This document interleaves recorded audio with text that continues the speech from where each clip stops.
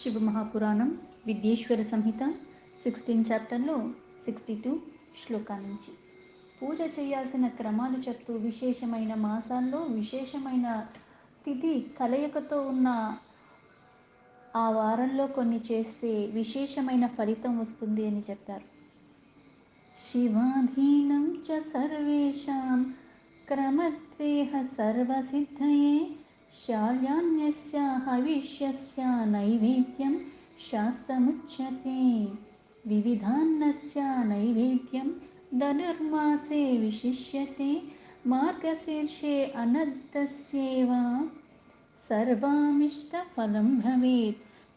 అంటే అవే ఆహార నియమాలు ఎలా అయితే మనకి ఏవైతే తినడానికి ఆహారం కావాలి, గాలి ఊపిరి పీల్చుకోవటానికి కావాలి, నీరు తాగటానికి కావాలి, ఇవన్నీ కూడా కనీసమైనవి. షడ్రసోపేతమైన భోజనాలు లేకపోయినా ఆకలి ఉన్నప్పుడు ఆ ఆకలిని ఉపశమనం కలిగించేలాగా కొద్దిగా ఏదోటి మనకి అల్పంగా దొరికినా సరే అది మన ఎలా అయితే శరీరానికి కాస్త హాయినిస్తుందో అలాగే కొన్ని నైవేద్యాలు విశేషంగా అంటే ఆ ఉషకాలంలో లెగటమే కాకుండా ఆ పరమాత్మని ఆరాధిస్తూ సర్వదేవతల్ని కూడా క్రమంగా అలా పూజిస్తే సమస్త సిద్ధులు ప్రాప్తిస్తాయని ముందు చెప్పారైతే ఇక్కడ ఈ పూజకి మనమైతే వినియోగించే వస్తువులు ఏవైతే ఉన్నాయో ఆ వస్తువులు అంటే ఇప్పుడు అన్నీ అన్నవే అయినప్పుడు కూడా అన్నానికి కొన్ని అన్నాలకి కొన్ని పేర్లు ఉన్నాయి. ఆ బియ్యానికి పైగా ఇచ్చే దానంగా ఇచ్చే వస్తువులు కూడా ఇంత లెక్కలో ఇవ్వాలని కూడా చెప్తూ ఉంటారు. ధనుస్ సంక్రాంతి కూడిన పుష్యమాసంలో ఉషకాలంలో అంటే తెల్లవారుజామున లేచి ఆ క్రతువులన్నీ చేసుకుని సకల దేవతల్ని పూజించుకునే క్రమంగా అప్పుడు మనం చేస్తే సకల సిద్ధులు పొందుతాయి. ఏవైతే మనకి అష్టసిద్ధులు అంటారు. అనిమ గరిమ లగిమ మహిత్మ ఇషిత్వ వశిత్వ ప్రాకామ్య ఇవన్నీ సిద్ధులు. అంటే నువ్వు చెయ్యవలసిన విధానంగా శరీరాన్ని వినియోగించుకుంటూ ధర్మాన్ని పట్టుకుని చేసుకుంటూ వెళ్ళిపో. నువ్వు కావాలన్నా వద్దన్నా సరే సిద్ధి పొందుతావు, సిద్ధింపచేసుకుంటావు. అలాగే ఈ పూజకు అగహాని అంటే ఆ చేసేయన్నీ కూడా ఆ బియ్యము ఏదైతే అప్పుడు మనకి నాణ్యమైన బియ్యం వస్తుందో దాన్ని శల్యాన్నము అంటారు. ఆ బియ్యానికి దాంతో హవీసన్నం అంటే అన్నం వండేసిన తర్వాత దాని మీద కొంచెం నెయ్యి వేసి దాన్ని నివేదిస్తూ ఉంటారు నైవేద్యంగా. అది చాలా ఉత్తమం అని చెప్పబడి ఉన్నది. ఇప్పట్లో కాకుండా అప్పట్లో అందరి దగ్గర పాడి ఆవులు ఉండేవి, నెయ్యి ఉండేది. దీనికి ఎక్కడికో వెళ్ళి కొనుక్కోవాలన్నంతగా ఉండేది కాదు. పైగా బియ్యం అంటే అందరూ తినేది అవే కాబట్టి అందుకని ఈ హవీసన్నం పెద్దగా అన్నో లెక్కల్లో ఏవో నైవేద్యాలుగా నివేదించమని చెప్పలేదు. మనం తినేదే అక్కడ పరమాత్మకి నివేదించి ప్రసాదంగా భావించి మనతో ఉన్నవాళ్లతో పంచుకుంటూ తినటము. అందుకని ఈ హవీసన్నం అన్నం మీద నెయ్యి వేసి దాన్ని ఉత్తమమైన నైవేద్యంగా అందుకు చెప్పబడి ఉన్నది. ఈ పుష్యమాసంలో రకరకాలైన అన్నాలు నైవేద్యంగా సమర్పించటం కూడా మనకి తెలుస్తూనే ఉంటుంది. ఎలా అయితే మనకి కట్టె పొంగల్ అంటాం, పరవాన్నం అంటే ఇవన్నీ కూడా అన్నంతో చేసేవి. పులిహార ఇవన్నీ కూడా దద్దోజనం. అయితే ఇవన్నీ నువ్వు ఇన్ని రకాలుగా నైవేద్యం విశేషంగా ఏవైతే సమర్పిస్తున్నావో దానివల్ల ఏమవుతుంది, సర్వాభిష్ట ఫలం. అంటే ఏది కోరుకున్నావో అన్ని, పైగా ఒక కోరికని కాదు ఎన్ని కోరికలు ఉన్నాయో అన్ని కోరికలు కూడా నీకు ఫలిస్తాయి. పాపక్షయం చేష్ట సిద్ధిం చారోగ్యం ధర్మమేవ చ సమ్యగ్వేద పరిజ్ఞానం సదనుష్ఠానమేవ చ. ఈ మార్గశీర్ష మాసంలో ఇక్కడ అన్నదానాలు చేయటం ద్వారా కూడా మనుష్యులకి విశేషమైన ఫలితాలు. ఇప్పుడు మనకి ఒక మొక్క ఇప్పుడు నేను పెట్టానంటే రేపు పొద్దున్నే అదే నాకు పండో పువ్వు ఇచ్చేది. అది ఎదగాలి, దానికి ఒక సమయం పడుతుంది, కాలానుగుణంగా నాకు లభిస్తూ ఉంటాయి. అయితే ఇప్పుడు నేను దాని మీదే ఆధారపడి ఉన్నప్పుడు నా జీవితం ఏం చేయాలి? మనం ఎలా అయితే దినుసులు ఉంటాయి, ఇప్పుడు పంట ఏదో కూరగాయ ఇలా చెట్టు నుంచి తెంపుకుని వండుకున్నాను అన్నట్టుగా కాదు కదా, అవి నిలవ పెట్టుకునేవి కూడా ఉంటాయి. పంట ఒకసారే రావచ్చు, కాకపోతే దాన్ని నిలవ పెట్టుకుంటాం, దాచిపెట్టుకుంటూ ఉంటాం వినియోగించుకోవటానికి సంవత్సరం అంతా మన దగ్గర ఉండేలాగా. ఆవకాయ ఎలా అయితే మామిడికాయలు వచ్చినప్పుడే పడతాం, కానీ సంవత్సరం తింటున్నాం కదా, ఎప్పుడు పడితే అప్పుడు రావాలి మామిడికాయలు. అది కూడా తినటానికేమో కొన్ని నెలలు రావచ్చేమో, కానీ ఆ పచ్చి మామిడికాయలు ఏదైతే మనం ఆవకాయలకి ఊరగాయలకి వాడుకుంటామో అది ఆ సమయంలోనే వస్తుంది. అది పెట్టేసుకుని సంవత్సరం మొత్తం ఎలా వేసుకుంటున్నాము అలాగే కొన్ని విశేషమైనవి దానాల రూపంలో ఇవ్వటం. ఎందుకు అంటే, మనకి పంటలు ఒక్కసారే కొన్ని కొన్ని మాసాల్లోనే కొన్ని కొన్ని వాటిల్లోనే పడతా ఉంటాయి. అలా పండినవయి మళ్ళీ అంతా సంవత్సరం మొత్తం ఉండాలి. ఉన్నప్పుడు మనకి తెలీదు. మన ఇంటికి ఎంతమందొస్తారో మనకి తెలీదు. ఇంతే బియ్యం నెలకింతని తెచ్చుకుంటాను. హఠాత్తుగా ఒక 10 మంది మా ఇంటికొచ్చారు. 20 రోజులు ఉంటాను అని అనుకున్నారు అంటే నాకు సరిపోతాయా? నేను 6 నెలలు తినేది నాకు ఆ నెలలో అయిపోవచ్చు. నేను ఒక్కదాన్ని తినేది వేరు. 10 మంది మన ఇంటికొచ్చి 10 రోజులు తింటున్నారంటే అది వేరు. అందుకే దానంగా ఇచ్చేటప్పుడు ఎందుకు ఇంతి ప్రస్థ అని, కదువా అని ఇన్ని లెక్కలెందుకు జెప్పారు? మనిషికి తక్కువలో తక్కువ అంటే ఒక మనిషి తినాలంటే కూడా 60 గ్రాములు బియ్యం కావాలి రోజుకి. పైగా 2 పూటలు తినే మనిషి అయితే ఇంకా కొంచెం ఎక్కువ పడుతుంది. కష్టపడేవాడైతే ఇంకొంచెం ఎక్కువ తింటాడు. ఈ లెక్కన కొన్ని అయినా సరే కనీసం ఒక కుటుంబంలో ఒక రోజు తినేలాగా, కనీసం ఒక కుటుంబం ఒక వారం తినేలాగా, నలుగురుంటారు, ఐదుగురుంటారు ఆ కుటుంబంలో అందరూ తినేలాగా అందుకు అంతంత లెక్కలు అని ముందుగా చెప్పబడింది. అందుకే ఇటువంటి ఎప్పుడైతే ఉత్తి అన్నాన్ని ఇవ్వగలిగినా సరే, ఇప్పుడు కాయో కూరో ఏది పడితే అది ఇప్పుడు ఏమీ లేకపోతే పచ్చడేసుకు తినేయొచ్చు కానీ అన్నం ఉండాలి కదా! అందుకని అన్నం దానంగా చేస్తే ఆ మనుషులకి సంపూర్ణమైన కోరికలు, అభిష్టాలన్నీ కూడా అందుకు నెరవేరుతాయి అన్నారు. మార్గశీర్ష మాసంలో అన్నదానం చేయటం ద్వారానే ఇక్కడ నీకు కోరికలు నెరవేరుతాయని చెప్తున్నారు. పైగా పాపాలు కూడా నశించిపోతాయి. ఒక కర్మని ఇంకో కర్మ ద్వారానే తొలగించుకోవచ్చు. తెలిసి చేసినా, తెలియకుండా చేసినా కొన్ని చేశాను. దానివల్ల నాకు పాపం వచ్చిందో, పుణ్యం వచ్చిందో. కాకపోతే ఇంకో కర్మ మంచిది చేయటం ద్వారా ఈ పుణ్యం పెంచుకోవటం, ఆ పాపాన్ని తొలగించుకుంటాను కూడా. అందుకే అన్నదానం మార్గశీర్ష మాసంలో విశేషంగా ఈ మాసం ఎప్పుడొస్తుంది? కార్తీక మాసం తర్వాత వస్తుంది. కార్తీక మాసమే చలిగా ఉంటుంది, చీకట్లు ఎక్కువగా ఉంటాయి. మనకి మార్గశిర మాసం ఇవన్నీ అయిపోయిన తర్వాత అప్పుడు మనకి సంక్రాంతి వస్తుంది, పాల్గొన మాసం. అందుకే ఇక్కడ ఆ సమయంలో అన్నాన్ని ఎవరైతే ఇస్తారో పంటలు ఇంకా మనకి చేతికి రాలే ఉన్నవే మనం వినియోగించుకోవాలి. అందుకని ఆ సమయంలో అన్నం ఎవరైతే దానంగా చేస్తారో వాళ్ళకి పాపాలు కూడా నశించిపోతాయి. సకలాభిష్ట సిద్ధి, ఆరోగ్యం అన్నీ లభిస్తాయి అని చెప్తున్నారు. అంటే వేదాలతో జ్ఞానం లభిస్తుంది. ఏ జ్ఞానం లభిస్తుంది? పరమ సత్యమైనది నీడ నిజానికి మనకి భేదం తెలుసుకునేలాగా ఏదైతే పరమ సత్యమో అది జ్ఞానం నీకు తెలుస్తుంది. అందుకే వేదసారమైన ఆ జ్ఞానం తెలుస్తుంది. ఉత్తమ అనుష్ఠానాలు అయితే ఫలితాల రూపంలో ఏ కర్మ చేసినా సరే మంచిది చేసాడు మంచి ఫలితం వస్తుంది. కానీ ఈ మంచి క్రతు ఇంకొన్ని మంచి నియమాలు పాటిస్తూ సద్భావనతో సత్ప్రవర్తనతో వికారాలమయం కాకుండా నేను అలా ఉండి చేస్తే అది అనుష్ఠానం, దాని ఫలితం ఇంకా ఎక్కువగా ఉంటుంది. ఇహాముత్ర మహాభోగానంతి యోగం చ శాశ్వతం వేదాంత జ్ఞాన సిద్ధిం చ మార్గశీర్షనధూ లభేత్. అలాగే వేదాంత జ్ఞానం, ఈ వేదాల్లో ఏం చెప్పారు? పరమాత్మ గురించి చెప్పారు. ఎలా అయితే పంచభూతాలు పరమాత్మే, గాలి నీరు నిప్పు అన్నీ పరమాత్మ అయినప్పుడు కూడా ఇది చేసే పని వచ్చేది, అది చేసే పని ఇచ్చేది. అయితే ఈ రెండు కలయికతో ఇంకా విశేషంగా పనులు జరుగుతుంటాయి. అలాగా ఆ పరమాత్మ యథార్థ తత్వాన్ని తెలుపుతుంది.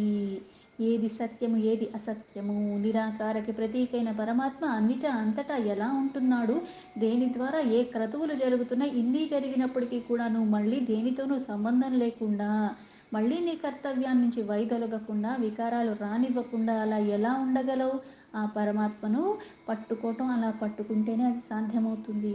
అందుకే ఇహలోకంలో పరలోకంలో కూడా ఇలా చేసిన వాళ్ళకి భోగాలు లభిస్తాయి. అలాగే సనాతన యోగమైన ఆ మోక్షం లభిస్తుంది. వేదాంత జ్ఞాన ఒక సిద్ధి లభిస్తుంది. మార్గశీర్షో ఉషఃకాలే దినత్రయామతాపి వా యజేత్ దేవాన్ భోగకామో నాధునర్మాసికో భవేత్. ఇక్కడ జ్ఞానం లభించినప్పుడు ఏమవుతుంది? కోరిక అన్నది పోతుంది. అందుకే మనకి పూజలు కానీ వ్రతాలు కానీ ఇవన్నీ క్రతువులు ఎందుకు చెప్పారంటే సకామంతో చెయ్యమని చెప్పారు. అంటే ధర్మపరమైన కోరిక కోరిక ఒక భార్య ఉండాలంటే తప్పు లేదు. ప్రతిదీ నా భార్య అవ్వాలనుకోవటం తప్పు. అలాగే నేను బాగుండాలనుకోవటంలో తప్పులేదు కానీ ఇంకెవ్వరూ బాగుండకూడదు అన్నీ నా దగ్గరే ఉండాలి అనుకోవటం మళ్ళీ అజ్ఞానం. అయితే ఇక్కడ వేదాంత జ్ఞానం ఎప్పుడైతే ఆ సిద్ధి లభిస్తుందో నువ్వు ఎలా ఉంటావు? భోగాల మీద కోరికే ఉండదు. ఎందుకంటే ఇది ఉంటే నాకు మంచి జరుగుతుంది, ఇది నాకు లేకపోతే నాకు బాధ కలుగుతుందని కానీ లేకపోతే ఇది నాకు ఏదో తీసుకెళ్ళిపోతుందన్నారా ఇదిలో నువ్వు ఉండవు. ఎందుకు? శాశ్వతమైన వాడు నిత్యుడైన పరమాత్ముడు ఆ తత్వాన్ని తెలుసుకున్నావు కానీ ఎక్కడ చూసినా ఉంది తానే కదా, పరమాత్మ లేనిది ఎక్కడున్నది?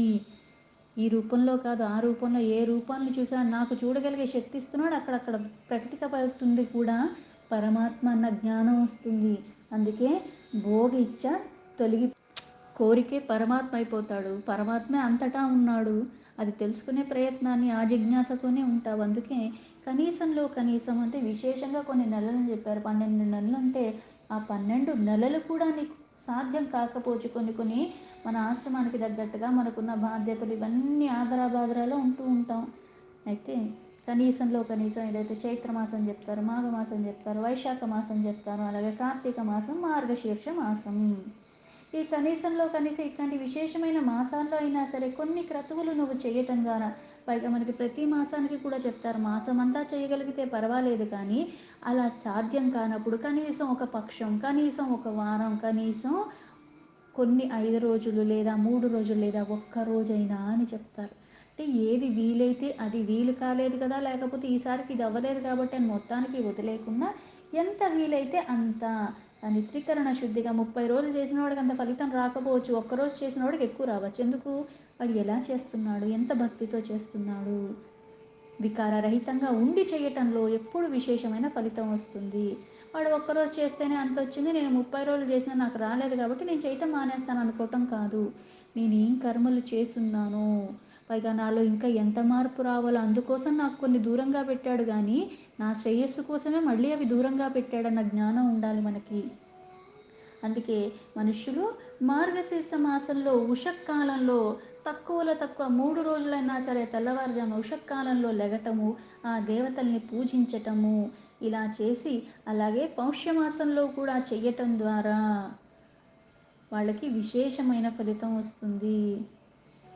అంటే ఎక్కడ ఏ మాసమైనా చెప్పినా పరమాత్మ అంతటా ఎప్పుడూ ఉంటూనే ఉన్నాడు. నాకు ఒకరోజు ఆనందం వస్తుంది, ఒకరోజు బాధ వస్తుంది, ఇంకో రోజు బాగుంటాను, ఇంకో రోజు బాగోను, ఇంకో రోజు నీరసంగా ఉంటాను. నేను ఒక్కలాగా ఉండలేను. నా చుట్టూ ఉన్నవి, నాలో ఉన్న అలజడుల కారణంగా నేను ఉండలేను. కానీ పరమాత్మ ఎప్పుడూ ఒకేలాగా ఉన్నాడు. అంతటా ఉంటూనే ఉన్నాడు. కాకపోతే నా వికారాలకి నేను 365 రోజులు నేను అలా ఉండలేను కాబట్టి ఇట్లాంటి విశేషమైన వాటిలో నేను స్వల్పంగా చేసినా నాకు ఫలితం ఎక్కువ వస్తుంది. మళ్ళీ ఇంకోసారి చేసే అవకాశం నాకు లభిస్తుంది.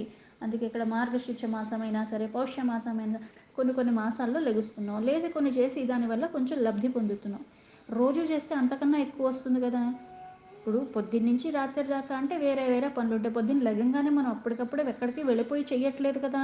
కొన్ని మనకి లాభం చేస్తున్నాయంటే ఒక అరగంట అయినా దానికోసం సమయాన్ని తీసుకోవటం ఎందుకు? నేను ఇంకా ఉన్నతంగా వెళ్ళాలి, వికారమయంగా నేను ఉండకూడదు. ఇలా వికారాలు తొలగిపోయిన కారణంగా, జ్ఞానం మనకి ప్రాప్తించిన కారణంగా చెయ్యవలసిన పని చెయ్యవలసిన విధానంగా చేసుకుంటూ పోతూ ఉంటే మనకి ఏమవుతుంది? మనకి తెలియకుండానే ఒక శుద్ధత్వం వస్తుంది. చెయ్యవలసినవే చేస్తావు. ఏది విన్నా, ఏది పట్టుకోవాలో అదే పట్టుకుంటావు, ఏది మనసులో పెట్టుకోవాలో అదే పెట్టుకుంటూ ఉంటావు. అందుకే మార్గశీర్ష మాసంలో చేసి తర్వాత పౌష్య మాసంలో మళ్ళీ విడవకుండా అలా కూడా చేసుకోవాలి కుదిరినంత. యావత్ సంకల్వ కాలం తు ధనుర్మాసో విధీయతే, ధనుర్మాసే నిరాహారో మాసమాత్రం జితేంద్రియ. ఉషకాలంలో లేచి సంఘవ కాలం అంటారు. అంటే 3 ముహూర్తాల వరకు, ఒక ముహూర్తం అంటేనే 48 నిమిషాలు, సూర్యోదయం నుంచి ఒక 3 ముహూర్తాల కాలం వరకు కూడా ఆ పూజ విశేషమైన ఫలితం. ఇప్పుడు బ్రాహ్మీ ముహూర్తం అంటాం, అయితే సూర్యోదయానికి 45 నిమిషాలు, 45 అటు ఇటుగా చూసుకోవాలి అని చెప్తాం. అంటే ముందే లెగాలి. ఇప్పుడు సూర్యుడు ఉదయించేటప్పటికి నేను కూడా సిద్ధంగా ఉండాలి అంటే నేను దానికన్నా ముందే లెగాలి. అంటే సూర్యుడు రోజు ఒకేసారి వస్తున్నాడా లేదా, మాసాలు బట్టి ఒక్కోసారి ముందు అవుతుంది, ఒక్కోసారి తర్వాత అవుతుంది. ఇప్పుడు బ్రాహ్మీ ముహూర్తం అంటే అందుకనే ఇంచుమించుగా 4, 3:30, 4 లోపల లెగిస్తే మంచిది అని చెప్తారు ప్రతిరోజు. అయితే ఈ ఉషాకాలం వచ్చేసరికి ఈ 3 ముహూర్తాల కాలం అంటే సూర్యోదయం నుంచి కనీసంలో కనీసం ఒక 3 ముహూర్తం అంటే 2:30 గంటల వరకు ఆ పూజ ఎవరైతే చేసుకోగలుగుతున్నారో దాని లోపల, అందుకే మనకి నదీ స్నానాలు కానీ విశేషంగా ఆ సమయంలో చేసుకుంటే అన్నీ పోతాయి, దాని తర్వాత చేస్తే పాపం అంటుకుంటుందని ఎందుకు చెప్తున్నారు? ఆ పాపానికి భయపడన్నా సరే ఈ సమయంలో నేను చేయటానికి ప్రయత్నం చేస్తాను. ఇప్పుడు సూర్యుడు కిరణాల వల్ల మనకి విటమిన్ డి వస్తుంది, ఇవన్నీ వస్తున్నాయని చెప్తున్నారు. ఎప్పుడు పడితే అప్పుడు లేచి నేను ఎండలో నుంచుంటే నాకు వచ్చేస్తుందా? లేదా. ఆ నియమం ఏదైతే చెప్పారో దానికి తగ్గట్టుగా నేను ఆ సమయంలో లేగటం, అలా నుంచోటం, అలా నాకు అవన్నీ లబ్ధి పొందటం అన్నది జరగాలి. అలాగే ఇక్కడ ఆ విశేషమైన సమయాల్లో చేస్తే దాని మహత్యం ఇంకా విశేషంగా ఉంటుంది. పైగా ఎలా చేయాలి? నిరాహారమయ్యి పైగా ఆ మాసమంతా కూడా జితేంద్ర ఇంద్రియాల్ని నిగ్రహించుకోవటానికి చలికాలంలో ఇంకా ఇంకా చంచలత్వం ఎక్కువొస్తుంది. కొన్ని కొన్ని నువ్వు నియమాలు పాటించకపోతే ఈ చంచలత్వం కారణంగా, ఈ అలసత్వం కారణంగా నేను ఇంకా దిగజారిపోయే అవకాశం ఉన్నది. అందుకే పౌష్యమాసంలో మాసం మొత్తం కూడా ఇంద్రియాల యొక్క నిగ్రహణతో నిరాహార అంటే ఆహారం మొత్తం మానేయమని కాదు. ఎంత తీసుకోవాలో అంతే తీసుకోవాలి. ఎందుకు జీర్ణ వ్యవస్థ కూడా మనకి చాలా తక్కువగా ఉంటుంది. బాగా మనకి జీర్ణం కాని వస్తువులు అందుకే ఆ మాసాల్లో కొన్ని కొన్ని తినద్దని కూడా నియమాల రూపంలో చెప్పారు. అందుకే ఎప్పుడు పడుకోవాలో అప్పుడు పడుకోవటం, ఎప్పుడు లెగాలో అప్పుడు లెగటం, ఏది తినాలో ఎంత తినాలో అంతే తినటం. ఇలా ఉదయం లేసి పూజ చేసుకోవటమే కాకుండా ప్రాతకాలంలో, మధ్యాహ్న కాలంలో, సాయంత్ర కాలంలో కూడా వేదమాత్ర అయిన గాయత్రిని ఆ జపము అన్నది కూడా మళ్ళీ ఎలా అయితే మనకి 3 కాలాలయందు, 3 అవస్థలయందు కూడా వికారాలు లేకుండా నేను ఉండటానికి, నేను చేయటం వల్ల గాయత్రికి ఇంకేం శక్తి రావట్లే. ఆ శక్తిని వినియోగించుకొని ఆ మంత్రాన్ని ఉచ్చరిస్తూ నాలో ఉన్న వికారాల్ని తొలగించుకుంటూ నేను దాన్ని వినియోగించుకోవటానికి నా శరీరాన్ని దానికి నేను సాన్నిధ్యానికి తీసుకువెళుతున్నాను. అందుకే ఆమధ్యాహం జపేత్ విప్రో గాయత్రీం వేదమాతరం పంచాక్షరాదికాన్ మంత్రాన్ పశ్చాదా సుప్తికం జపేత్. ఇక్కడ ఆ గాయత్రి మంత్రం విశేషంగా అంటే ప్రాతకాల, మధ్యాహ్నకాల, సాయంకాల 3 సంధ్యల్లో చెప్తారు. ఆ జపం చెయ్యాలి. అలా జపించటం వల్ల మనకి విశేషమైన ఫలితం వస్తుంది. అంటే ఉషాకాలంలో లెగటము, పైగా ఇక్కడ ఉషాకాలం అంటే అప్పుడు ప్రశాంతంగా ఉంటుంది. నేను చేసుకోవటానికి కూడా నాకు విఘ్నాల రూపంలో ఎవరు ఏమీ తలపెట్టకుండా, అందుకు కొన్ని కొన్ని విశేషమైన మహత్యాలు ఆ సమయాల్లో చేయటం వల్ల విశేషంగా లభిస్తాయి.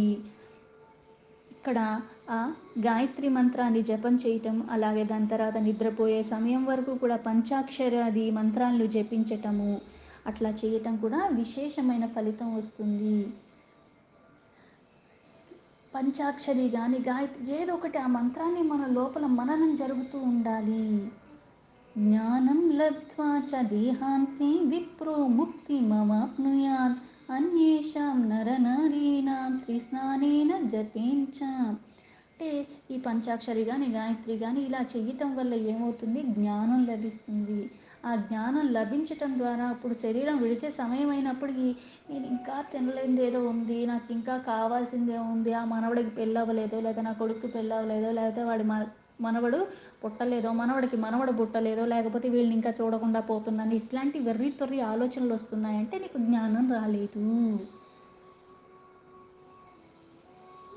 శరీరం విడిచే సమయం వచ్చినా సరే నేను అసలు ఏం చేశాను ఈ శరీరంతో, ఇది ఇంకా వదిలేసి వెళ్ళిపోతున్నాను, మళ్ళీ మనిషిలాగా వస్తాను, ఎలా వస్తాను?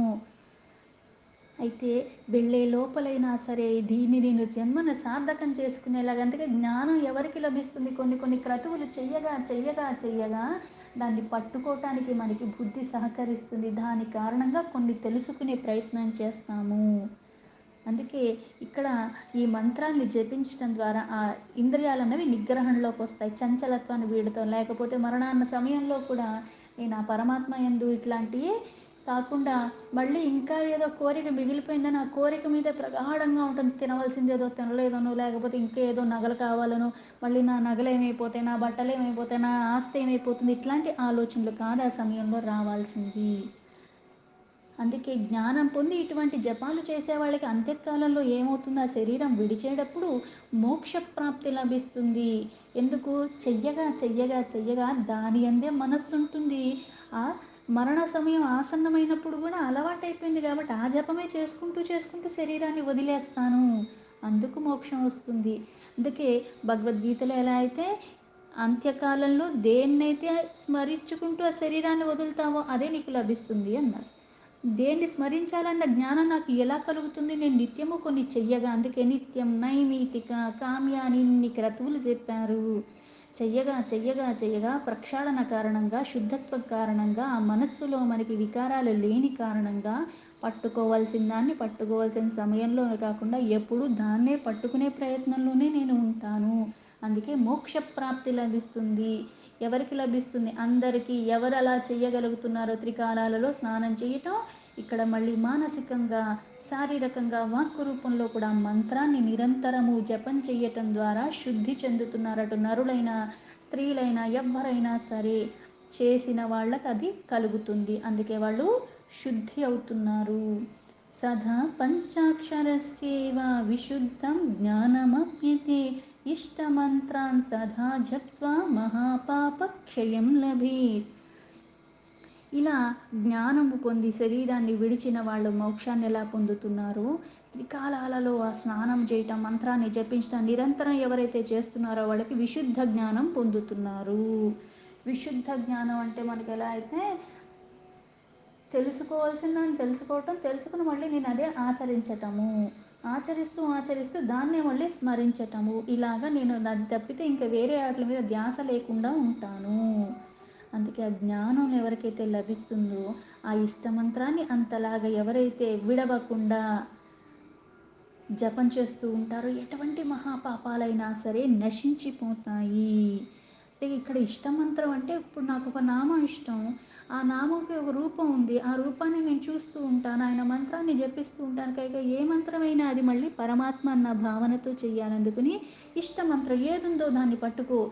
నిరంతరము సదా దాన్ని జపం చేస్తూ చేస్తూ ఉంటే ఏమవుతుంది? శుద్ధి లభిస్తూ ఉంటుంది. వికారాలు తొలగిపోతుంటాయి. ఇంద్రియాలన్నీ నీ ఆధీనంలో ఉంటాయి. అంతేకాకుండా పాపరాశి మొత్తం నీకు మూలాల నుంచి తొలగిపోతుంది. దీంతో శివమహాపురాణం విద్యేశ్వర సంహిత 16 చాప్టర్లో 70 శ్లోక సంపూర్ణం.